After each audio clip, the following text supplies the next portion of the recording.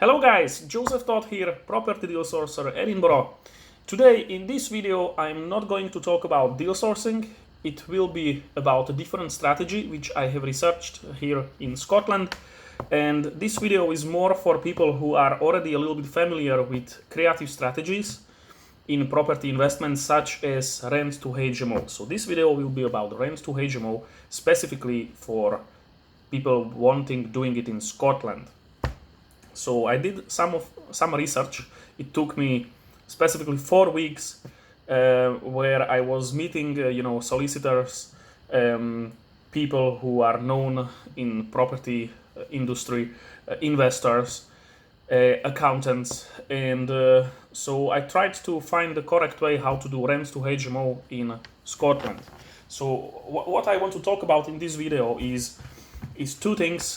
First, I will look at the two ways of doing rent to HMO in England, and then I will look at doing the same in Scotland and where see the differences, why the England version doesn't work for Scotland, and in the end I will basically give you a solution, basically the right way of doing rent to HMO in Scotland. So let's look at this first. Down in England, there are two common ways of doing rent to HMO. First is that you basically use a management contract. So you use a management contract for your landlord, and then you use AST contracts to your tenants. So now, here in Scotland, if you use a management contract for your landlord, meaning that you basically rent out the place on behalf of the landlord, then you basically qualify as a letting agent. So, okay, what that means, to be a letting agent in Scotland, it means that you have to legally register as a letting agent, and not everyone can just like that register to be an agent. I have some notes here. So basically, in order to be a letting agent, you must pass some education. Specifically is 7 different exams, can take up to 5 months, and it can cost up to £4,000.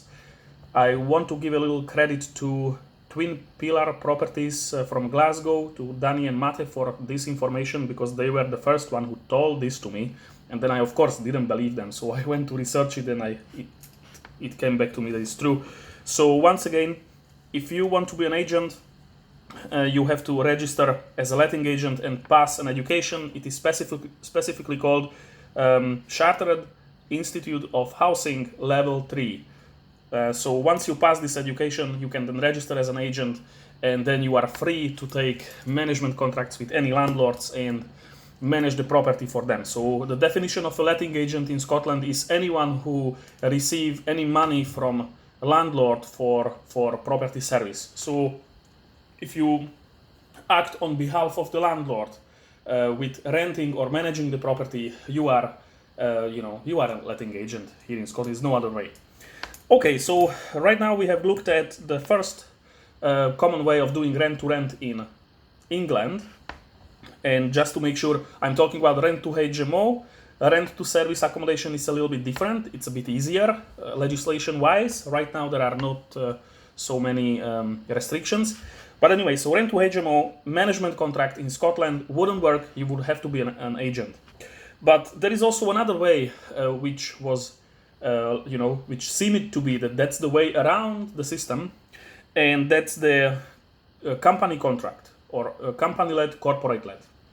So the idea here is that you basically take on the property as a company on a corporate contract with the landlord, and then you rent out the rooms to your tenants. So yeah, and that seems to be easy. And when I spoke with my solicitor, we went through step by step, and then, okay, this makes sense, we can do that, it's completely legal. But then when we came to a question of a contract with our tenants, we basically stopped, because there was no clear answer on how to do this. So the problem here is with the contract to your tenants. So imagine you have the property on a company-led corporate contract. Now, what kind of contract do you give to your tenants? So, in Scotland there are no ASTs. You know that? It's from 2017, December 2017. There are no ASTs in use in Scotland. these contracts have been replaced with something called PRT. I have not here, it's a private residential tenancy contract. And there is basically no other type of contract except of short lets, but that's different. So if you have a tenant in your property which you rented from the landlord on a corporate let, and you want to give a contract to your tenant, you would have to give him a private residential tenancy contract, which means, so what's a PRT contract in Scotland? The basic difference between AST and PRT is basically that you can't give any like locked period for your tenant. So you give a PRT contract, and then your tenant can stay in the property as long as he wants. Just, you know, he has to give you 28 days notice if he wants to leave. So, okay, we can discuss that a little bit, that, okay, it might be a problem if you take on a property for 5 years and you have in a tenant who would like to stay there for 10 years. You know, it might not be a problem. You might agree with the landlord. Okay, that's not the biggest issue, but still, you wouldn't be able to, you know, evict the tenant if he's a good tenant, he's paying. There is no, you know, you can't give a 6-7 months contract to a tenant. So that's one thing. But the other thing, which is even more interesting, so imagine, yeah, so you have the property on the corporate let, you're giving the contract to your tenant. The first thing the tenant will look at is your landlord registration number. Ta-da, here is another thing. So compared to England, where you don't have to be registered as a landlord, and I'm not talking about landlord associations or a membership in some kind of association. This is specifically in Scotland, you have to register as a landlord on a government website, like basically on a database, and make your landlord registration number available to all your tenants or anyone to who you rent the property out. And here is the problem, because now you have rented the property as a company, and so you are giving the contract to your tenant, right? Now, who will be the landlord? So if you put the owner to be as a landlord, then it will be his registration number. And in this scenario, you basically act as an agent. So you act as on behalf of the landlord, of the owner. So we don't want that, because then again you have to be a letting agent. So what else? You see, it's so complicated. Every time I try to explain it, I get mixed up with this. But anyway, so the next step. So we say there is a contract to the tenant. It doesn't work because there must be a registration number for the landlord. So what about if you, as you know, you rented the place, you are a company, you want to register as a landlord, so you can have that number there, fine, perfect. But it's not that easy, because with the landlord registration, there is the HMO license in connection. So any property which has 3 or more tenants who are not, you know, family related must have HMO license, and the HMO license is given to fit and proper person. There is some kind of check the council does on every landlord if he is a fit and proper person to run a HMO, and then so the license is connected with the owner. So only the owner has the license. So now you are not the owner, you are a company who rented the place. It's very doubtful that you would be able to get the license on your name, or it would take lots of, you know, work and hassle to do that, probably. And as far as I heard, it takes about 6 months in good case to get the HMO license. But, you know, the point is that you won't get the license. So, but, you know, it's two informations fighting each other. So in order to have a PRT contract for your tenant, there must be a landlord's name and his registration number. So you probably need to register as a landlord, but you can't, because if you register as a landlord, you need a HMO license, you know, so I haven't figured a way how to go around this. So, you know, it all makes sense up to a point that you give a company-led contract to your landlord, but once we think about what kind of contract you give to your tenants, it all gets mixed up, because you can't give them any short, you know, term contract, and if you give them a private residential tenancy contract, it must include the landlord's registration number. Now, you are not a landlord, and if you register as a landlord, you would need to handle the HMO license, which you don't get. That means that you basically would not register as a landlord for that property. And that means that if you put the landlord's registration number on the contract, means that you're acting on behalf of the landlord, and so you must be registered as a letting agent. Whew, gosh. Don't worry if it doesn't make sense, but this is, these are the steps which I have gone through with the people I have been speaking about this, and basically the problem came in when we were thinking what kind of contract to give to your tenants. So what else? So as I said, every landlord must be registered on a government website as a landlord. The HMO license is connected to the owner.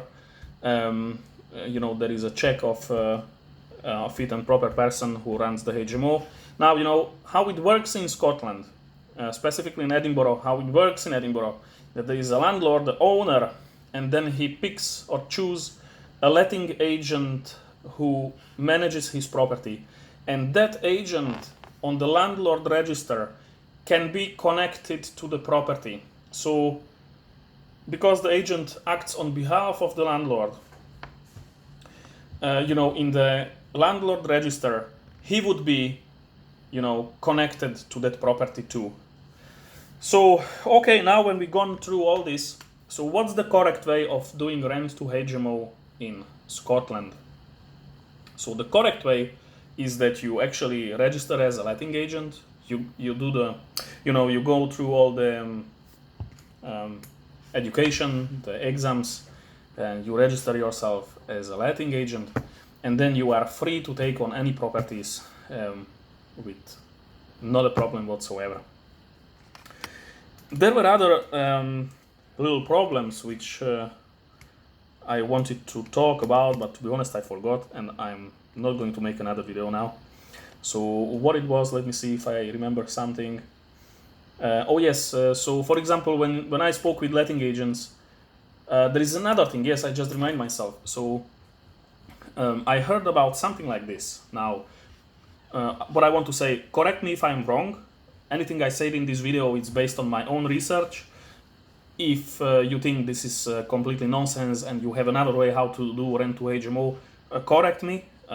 If I said something which is completely nonsense, I promise to delete this, but the reason why I do this video is because there are other people who wants to do rent to HMOs here in Scotland, and it seems to be a big mystery, because whenever I go to the networking meeting and try to talk about rent to HMOs, nobody really knows, and they heard that somebody knows someone who did that in Dundee, but this, so no.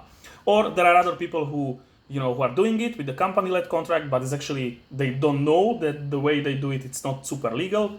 So correct me if I'm wrong, but here is another thing which I heard from a letting agent, that in Edinburgh, basically any agency or anyone who give the property out, he gives a PRT contract to the, as a joint tenancy to all the tenants at once. So what the agent explained to me is that in Edinburgh, there is only one entity, one contract, who can have the residential tenancy contract. And then the tenants of each room are within that contract. So I'm not sure if that's true, but if that's true, then you would have a problem to give room-to-room contracts. Not sure if that's true. And that's also another thing when I talked with letting agents and we were speaking about a company contract, they seem to be fine with this idea, but the problem is that in their mind, the company contract means that the company takes on the property and then has its employees in it. And there is a clause in the contract which they are not willing to change, is that you can't charge more your tenants as you pay to the agency. So, they basically block the way of business there. All right, so I think I went through everything. If you are from Scotland and you are looking to get some training for rent to HMO, probably is not the best idea to buy contracts from England, because those contracts just doesn't work here. just because, you know, there is no AST here. It's a PRT, which is a new type of contract which the English guys doesn't know. And before you start, it probably is better if you find someone who is really doing it and then do it. The other thing is, would be, you know, I believe it's possible to do, but whenever I spoke with landlords, they just don't care about this solution, because why would they? You know, Edinburgh is, every corner is a letting agency. There are so many letting agents, and the landlords are getting the market value of the property easily. So again, maybe I'm completely wrong. I will stop now this video because I will talk for next 30 minutes. And hope I give you some valuable information, hopefully. And yeah, if you have any question or you want to just, you know, get in touch with me, I'm a professional deal sourcer for Edinburgh, fully compliant, so we can have a look how we can help each other. So have a good evening, everyone. See you, bye bye.